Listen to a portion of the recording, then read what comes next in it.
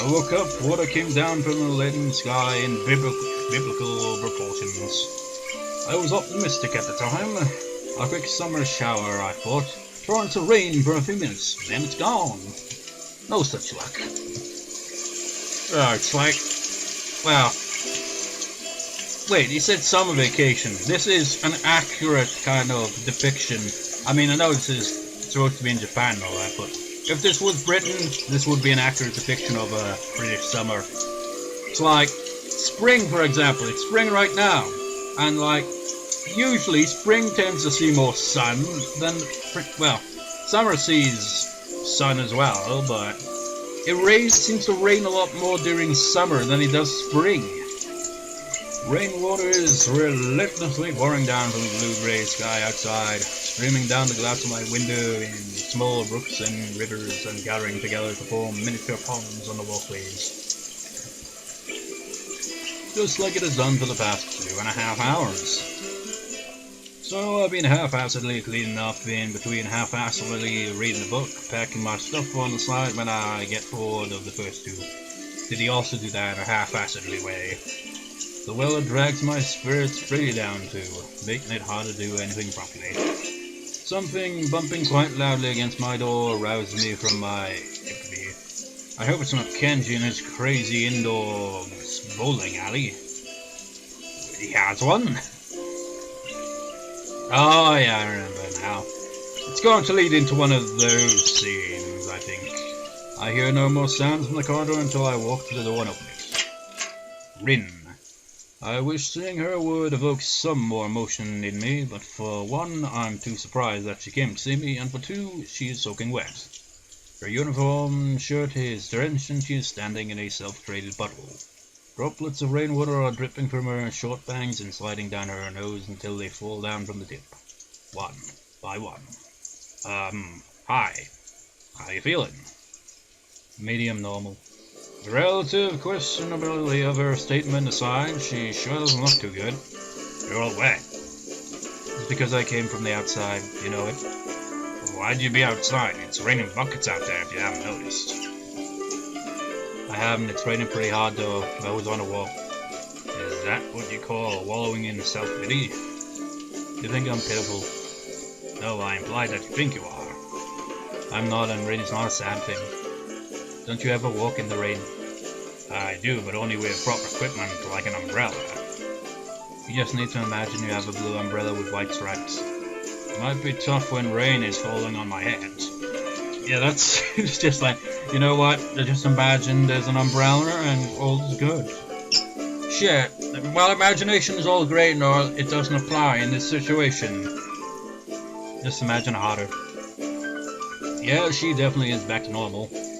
Those half-sarcastic, inconsiderate remarks that really push my buttons even though she doesn't really mean it. Not a vacant that stare that always expects more than it gives. It's so very much like her. I may need to come in. I need some help with this water and clothes I'm wearing. My brain quickly solves this equation and I stumble with my words, a stark display of contrast against Rin's easygoing self-invitation. But Emmy. Rin shakes her head vehemently, causing water to sprinkle everywhere. She laughed. Besides, she would just worry and fuss until she could not worry or fuss anymore, which always takes a troublesomely long time. It's in fact longer than I want to hear her fussing, and I thought you probably are not the fussing kind. She slumps down on my desk with a squishy sound. Her soaked clothes are making the desk and everything on it wet, but she doesn't care. Okay, fine, I'll help you out. I have a towel somewhere. Do you have dry clothes? Is uniform fine? I'm taller than you, but everything's fine.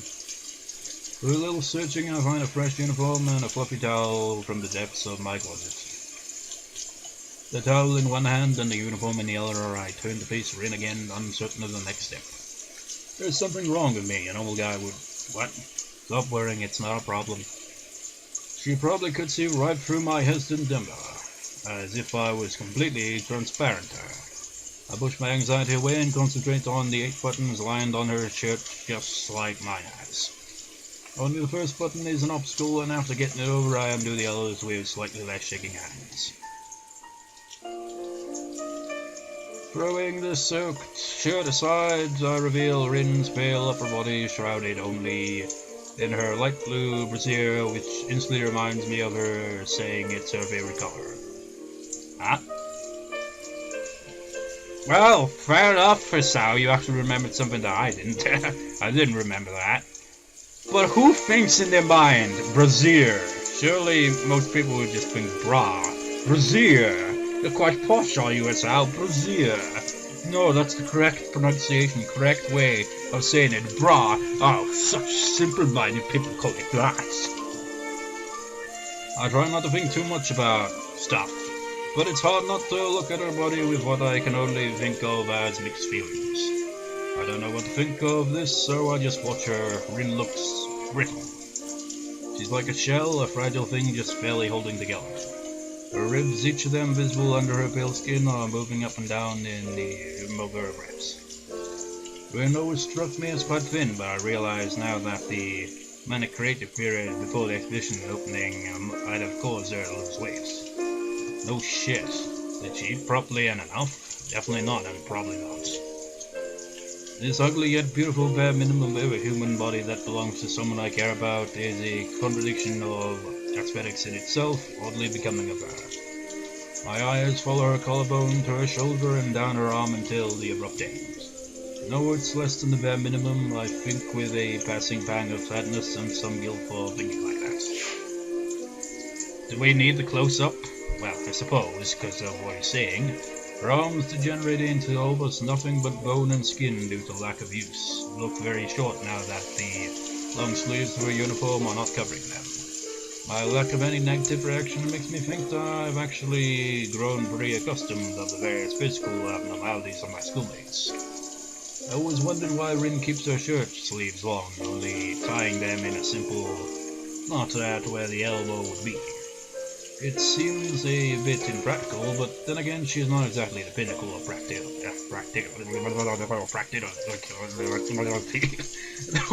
the way whenever I stumble over a word, more like maybe she likes it, maybe it is somehow important to her, maybe there is no deeper meaning to it.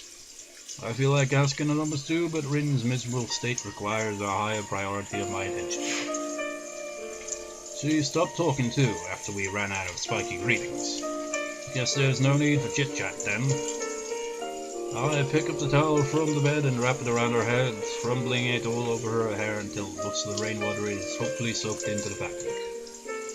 She peeks from below the towel at me, looking up with impassive eyes. It looks like she wants to say something without saying it.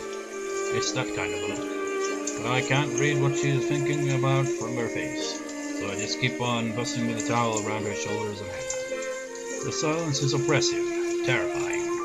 Communication between us has suddenly been reduced to the movements of my hands on the towel, and wind swaying her body to and from.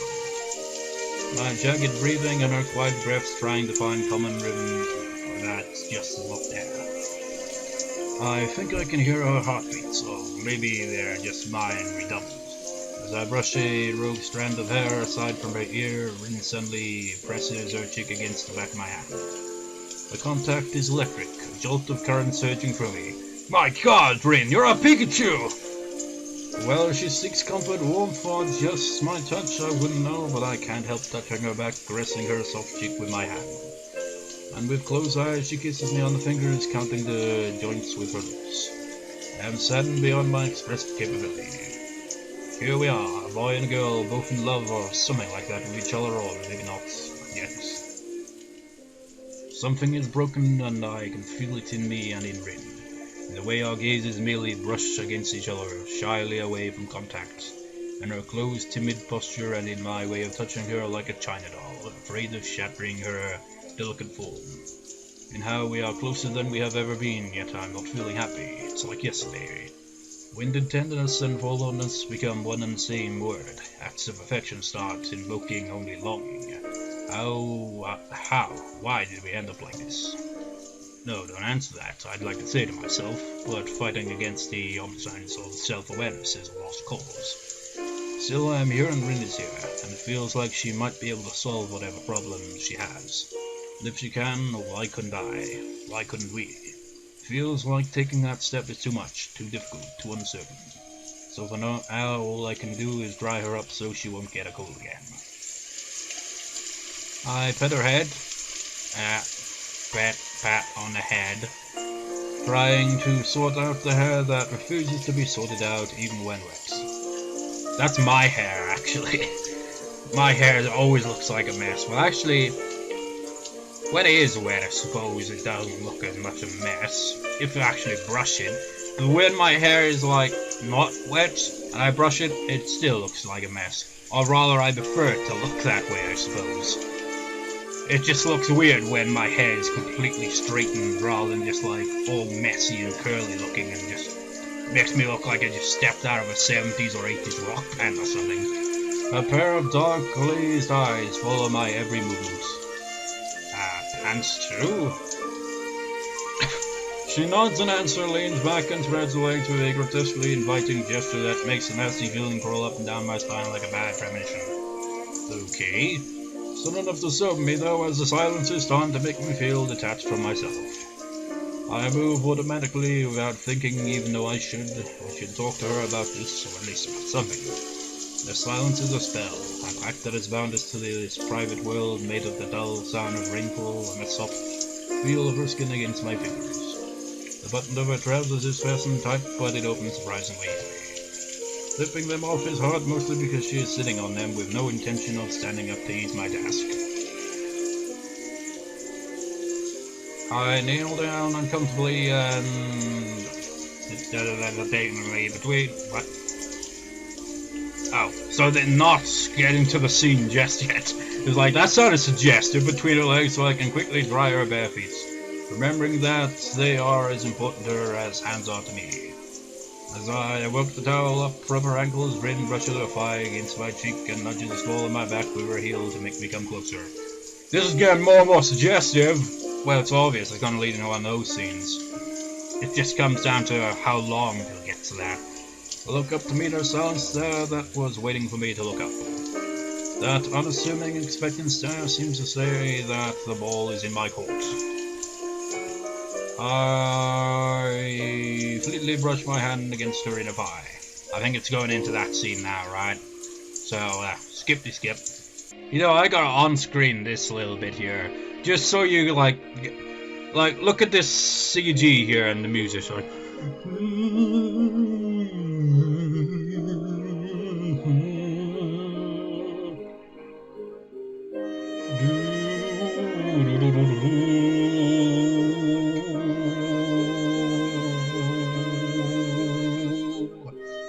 anyway,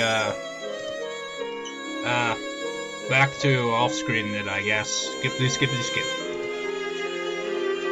Wait, never mind, actually. Maybe there'll be some interesting dialogue like this. You stop being my friend. That wasn't what I meant, but her serious tone and the layers of connotation behind Rin's questions. Screw pronouncing the word. Question, give me pause. Just don't freaking, scroll down, because then the screen will have to be blanked. I think it might be alright even if you did. I hug her and smile into her hair, understanding Rin perfectly for once. Because it's plot related, it seems. You're wet. The remnants of water on her skin have drained into my shirt. Somehow even her statements of the obvious make me glad right now. You're right, I am, but that's your fault. I want to see you. And now they're going to get it on. Well, skippity skip. Where? Just have a look at text history. He said his heart. Bringing her foot up between us until she was tracing my chest with her toe.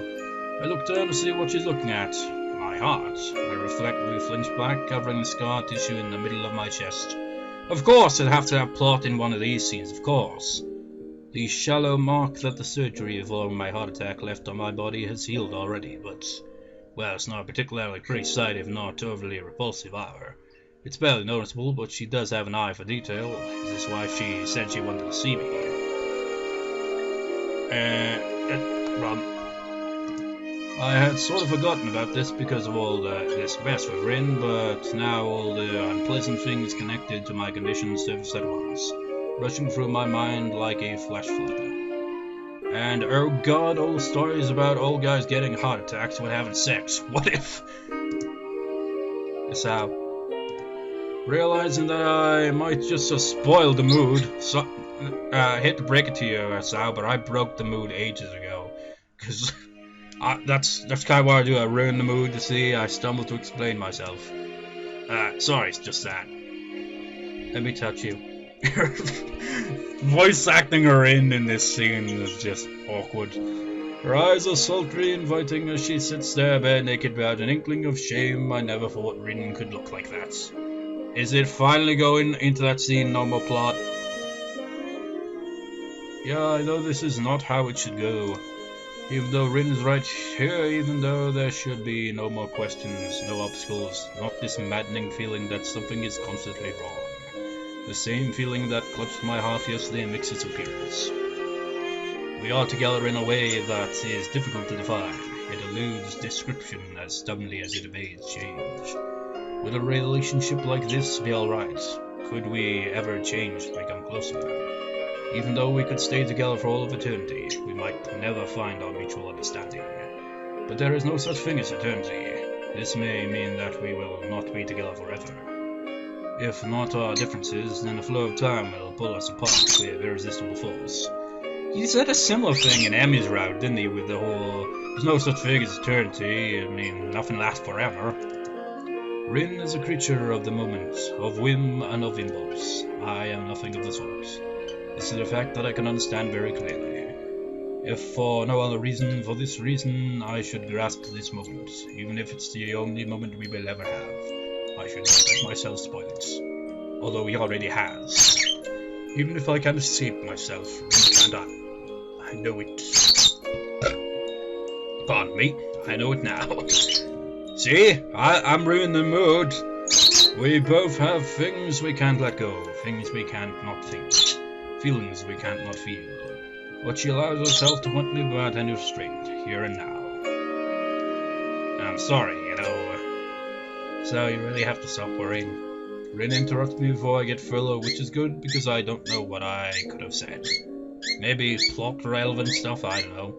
Her voice, void of its usual spaciness, scolds me softly without an edge. I don't know how to change her voice. I've given her the default voice that I've given her. Really have to learn to let go. She scans me calmly, almost calculatingly. I wonder what I look like through her eyes. Like an apple. Damn, they are so green it almost hurts. I always was so enchanted by her eyes, those mysterious, captivating eyes that always were too restless for their own good. But I was also intimidated by them. Yeah, Rin is intimidating on more than one level, and especially right now. She is frighteningly lucid, the goosebumps on her skin giving away that she is cold or scared too. Either way, I steel myself and step back to Rin, embracing her to feel her in my arms again and to banish my doubts. The sight of her gentle, loving eyes seems to melt those doubts away like the last snow of winter. Off screen. And... What? Present! Present is a fleeting and vague concept at best. Why has it got the transition of time music going on? Oh, someone's added to it. The moment between the past and the future. That doesn't really mean anything. Thinking too much about things that don't make sense is a waste of time. That's why living through the present is always the best option. Besides, for us who can't foresee the future and who forget the past too easily, present is really the only proof of our existence. Even though existence will go on even if you forget about it for a while. It's good to see today at least every once in a while. That way you can confirm that you are, in fact, alive.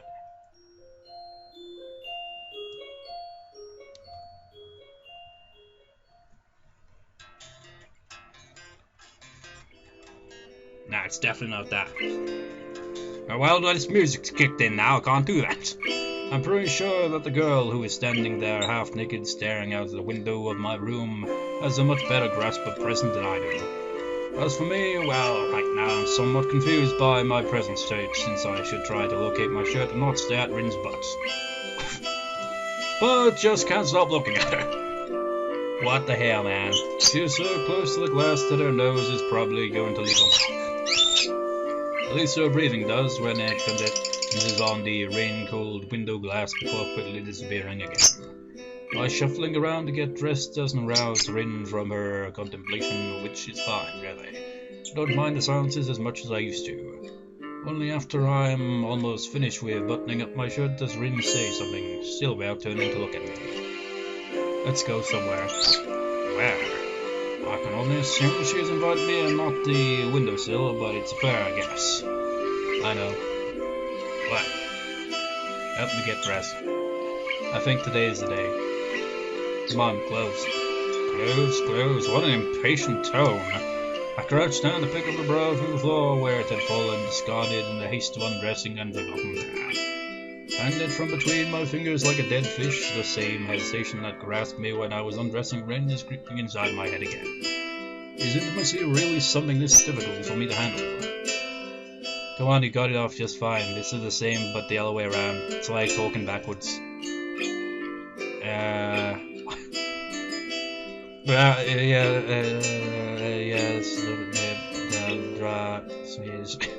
Seems hard, but it's easy. Yeah, easy for you, maybe! Perplexed by her sudden and prodigious display of mental processing capacity, I forget to attempt reversing her gibberish back. I'm pretty sure I couldn't switch to talking backwards that fluidly even with some practice. Could you repeat that? Yeah, how would you do that? Seems hard, but it's easy.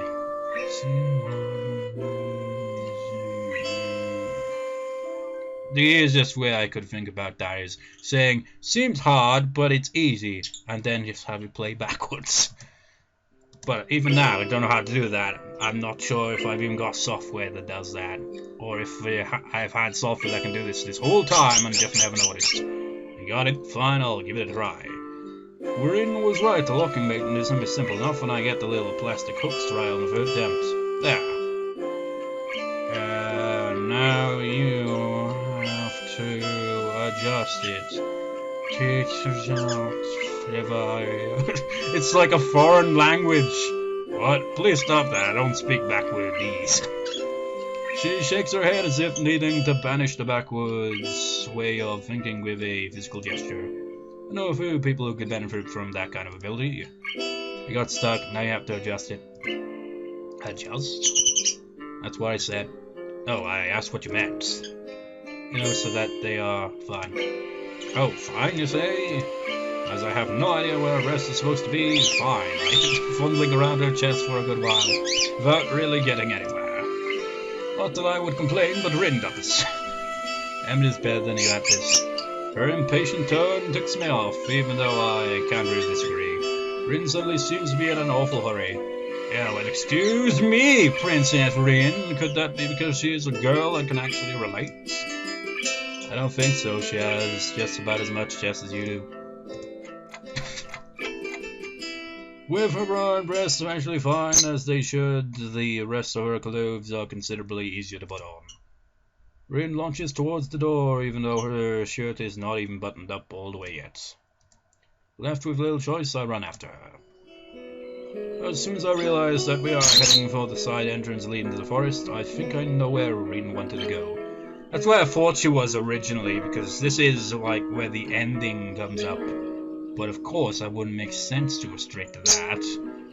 Although I couldn't say why she wanted to go there. Then again, I can't really assume my guess is to be anywhere near correct when Rin is concerned, or even for a quite generous definition of correct. The forest behind the walls smells of rain. The last raindrops are still dripping from the wet undergrowth into the earth, despite the rain being gone for a while already. We stroll along with an unhurried pace that Rin set to give me time to take in the calming atmosphere. I think I can hear Rin saying hello to at least 3 different trees while she walks past them, but I ignore it just like the trees do. She leads me to the narrow side path leading up to the hilltops as I guessed. I peek through the canopy trying to find a rainbow, but there doesn't seem to be one. It's perfect weather for rainbows. The sun is shining low and rain has passed not too long ago. Well, whatever. I lower my eyes from the treetops to see the yawn back of the girl who is climbing up the hill slowly without losing her balance. A few steps ahead of me on the path, but still within my reach. I don't think I ever could reach a rainbow, but reaching Rin, it seems less impossible than it used to seem. The clear sky greeting us from above the meadow clearing seems vast and beautiful. A strong wind is hurling the rain clouds away from the town to the other side of the mountains in the distance. The sight is pretty, but a speck of white flies past the edge of my peripheral vision, whatever, but when I turn to look, it's already gone. Another follows, then a third. Before I realize it, dozens of almost invisible small tufts of white are flying all around us. Look, the flowers. Ah, I see it now. The sea of dandelions that covered the hilltop on our last visit has changed over the days. Ah, hay fever! Where there was bright yellow before, there is now fluffy white. Some of the flowers have already shed their seeds, but many are still waiting for a suitable gust of wind. Today, those gusts are not in short demand. Every now and then, they shake the grass thoroughly, and suddenly the air is thick with dandelion seeds. One by one, the seeds separate from the flower heads and are lifted away. A commonplace event, but one that seems to fascinate Rin for some reason. She is turning her head from side to side, marveling at the change happening all around her as the seeds fly away. I watch them too, following the white turfs floating with the wind towards the horizon. Imagine that I can see them even after they disappear from my sight. It's out. What is it? The way it said that, what is it? You love me. I snap to attention to meet her suddenly very serious face that is not looking only at the flowers anymore. What a tough question asked just like that out of the blue. Still, her bluntness compels me to answer rapidly. I don't know, maybe I do. Maybe too rapidly. What does that mean? I don't know. Rin sighs, perhaps unhappy with my wishy-washy answer. I would be too. I don't think I know much about love. It's fine, isn't it? How should I know? The shrug of her shoulders seems to say, hesitating to give a firmer answer. She stays silent for only a second too long, but even that second isn't long enough for me to think ahead. I love you. Those 3 words freeze me in place like a rabbit and a bird chirping. The rabbit wasn't chirping, of course, staring into headlights. But I'm not a rabbit, and I'm just staring into Rin's eyes that seem far too impassive for what she just let out of her mouth. The bird ruining the mood for, well, since I got it, essentially. Rin looks pretty serious, though, until she sticks out her tongue, frowns a little, and confuses me even more than her words did. Why does she look mildly unhappy? Was it a confession of her deepest feelings, a test to see how I would react? A test to see how she would react? It tastes weird. Tastes? Yeah, so weird. She laughs maybe nervously, or so I would think, but stops midway when she notices how strange it sounds. Like, I don't think there's a word for this. Rin keeps on talking as though there was no meaning behind her words, steady and careless words crossing from the same tongue that formed the more important ones. The word for, accept? It's like, she can't find the words. Rin just keeps staring at me, stumbling with her words as if her brain suddenly ground to halt. She looks awfully confused, much like how I feel right now as I wait for her to explain. But she doesn't. She just blinks 3 times, the flutter of her long lashes catching my fancy because she looks like she is petrified otherwise. Until I realize what they were fighting against. It's those weird tears again, not associated with sadness or happiness, not pitiable sobbing or laughter of joy. Just tears spontaneously and without a warning, like that one time in her classroom. Just a few of them, not enough to make a fuss about, so Rin doesn't seem to make a move to hide them even after noticing. Rin cries like she has no idea why, and somehow a great uneasiness grows in my chest when I look into her watery eyes, that stare right back at me. It petrifies me too, the shock of the incomprehensibility of the situation. I just don't know what is happening anymore. Rin, what's wrong? She shakes her head in confusion, stumbling to get the words out of her mouth. Sorry, I might be a little afraid of you. The words are muttered slowly with a small voice that is as disbelieving of what it's saying as I am. What? Hi. And that saying that just made me feel like that. People cry when they're afraid, right? See, I can do it too. She's averting her gaze now, deliberately not looking at me. It bewilders me just as much as what she is saying. I sometimes, with you, want to run away so badly, but I can't move. It's like my legs turn into lemon panna cotta pudding, and my heart feels like it's going to explode, and she slumps her shoulders melancholically. Has a thing like this ever happened to you? I remember the leaden sky above the frozen forest and the sound of the leafless branches clacking against each other. It's like a memory from an old life. And yeah, it was. My heart hurt a lot back then too. But I thought your thing was not contagious. I shake my head and a tiny, slightly forced smile rises on my lips. The other element of my heart could very well be contagious, and I wouldn't care a bit. What are you afraid of? I never thought it was scary. Rin shakes her head desperately, as if knowing that the tangle inside her mind won't be undone with just that. Make me feel that I could be someone else than me. It's a scary thing. God damn it, birds! It happens when you're being nice to me, like yesterday. I never know what to do at times like that. It's hard. The voice is barely audible, a whispered admission of something that is too embarrassing to even think, not to mention to say aloud. Rinda's never been one to be embarrassed, so she does utter it aloud, only timidly, as if by instinct. But I want to do something, but I don't know if this me can. For a moment, we just stare at each other as if waiting for the other to say something. You're so stupid. Rin's lips stay salty and scared against mine. As I grasp her into an embrace, I feel my heart thumping in my chest painfully. Even though I'm glad that she can say things like that, they make me sad after all. Rin's spirit, her passion, her strength, all those things that I hold dear are the ones I don't want to change. How should I treat them? Where are they headed to? Is that future irrevocably different from mine? That anxiety will never lift its grip on my heart, but I think I could learn to live with it. Slowly the pain in my heart dies out and it settles into the same rhythm as Rin's. We listen to that for some time. After our legs break apart, it takes a while for all of us to realize that we can say something now. See? You're a really kind person even when you're not. It's the most scary thing ever. She's like, I'm scared of nice people. I think that's all I was ever afraid of is your kindness.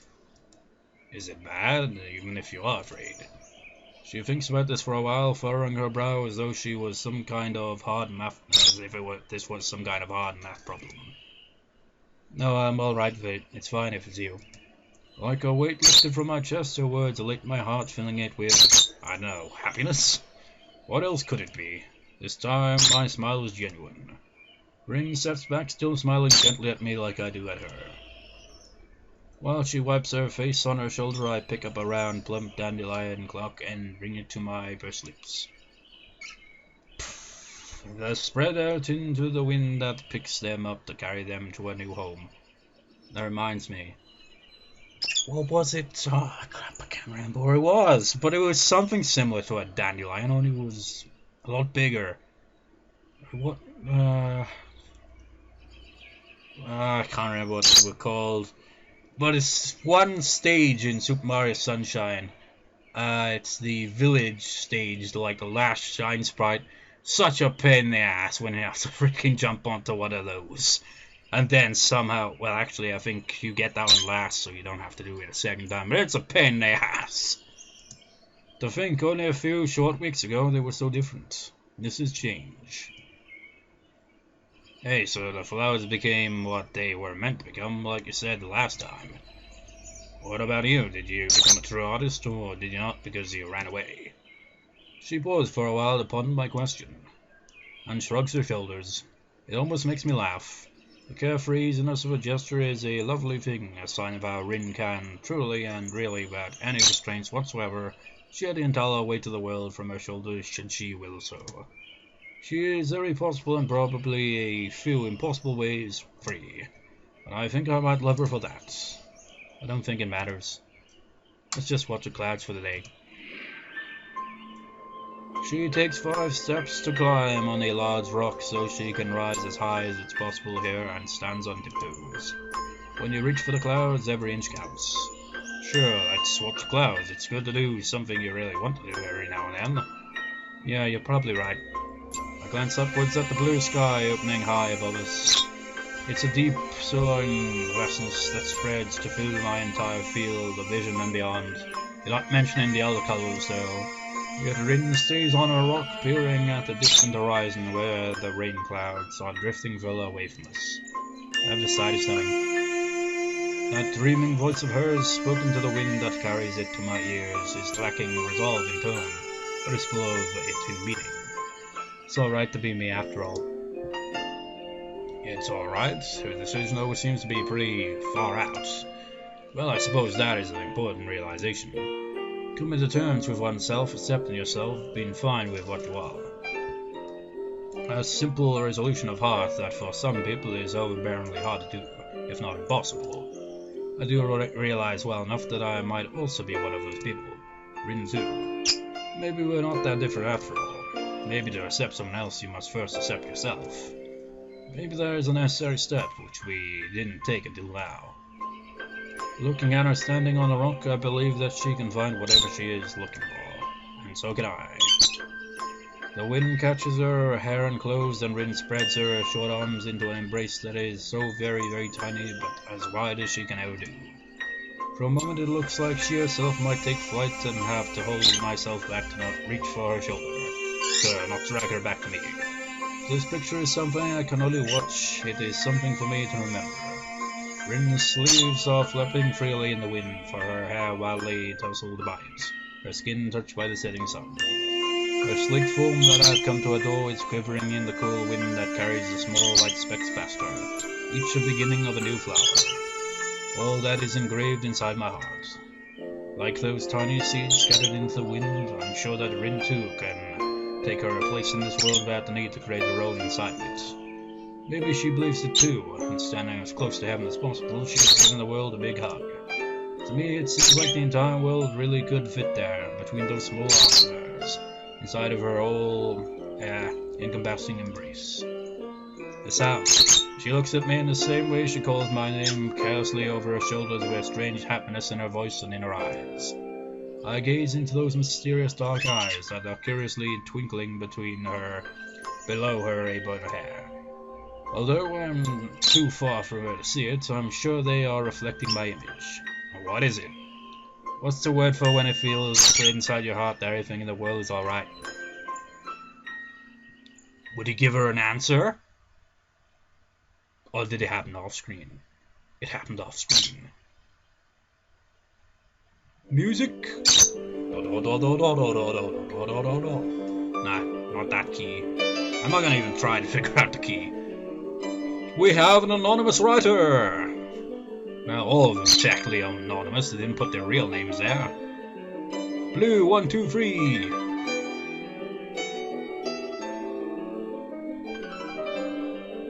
So there was just one person for the animation. Delta, Raiden, Ujobi. Delta was also on engineering as well. Wait, wasn't Sariko also one of the writers as well? Thanks to all these people.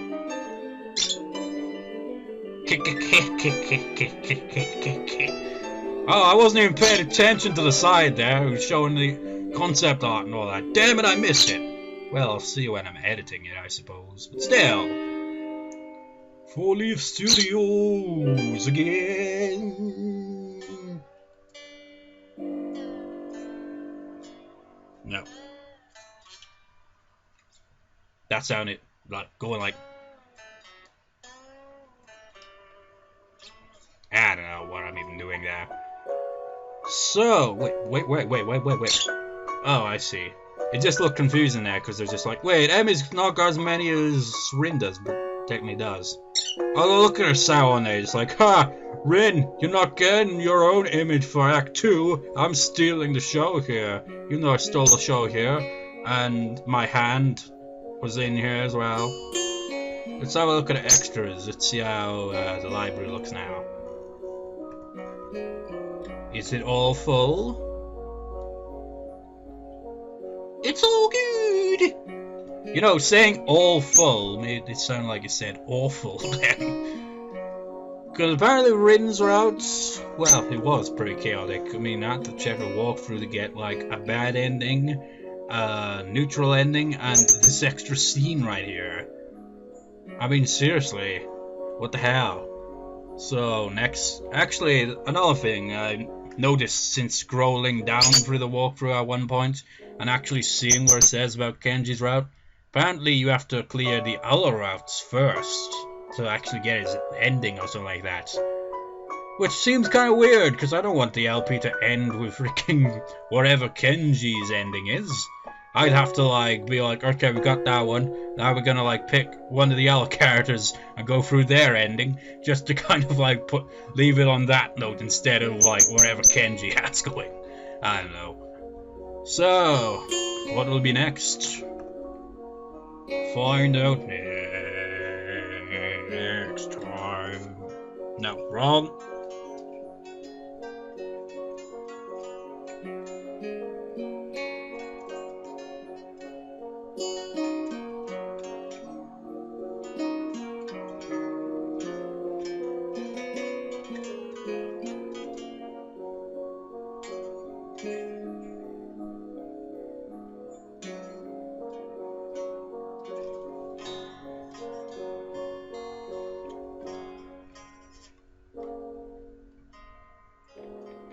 Wait for it.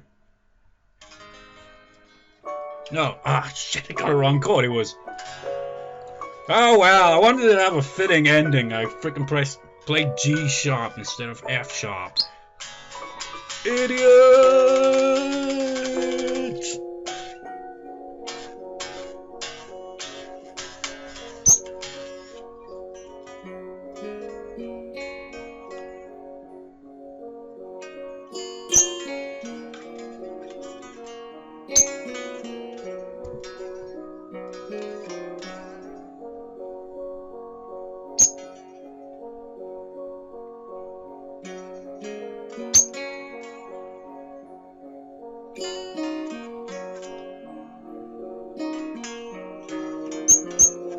Yeah, I can't freaking play it properly. Whatever, I'll see you next time, viewers, for whatever route we'll go with next. It all depends on what it lands on, I guess. So I'll see you next time, viewers. See you next time. Wait. It's coming up to the ending. Yep. Let's do this right. On the go. See you next time, viewers. See you next time.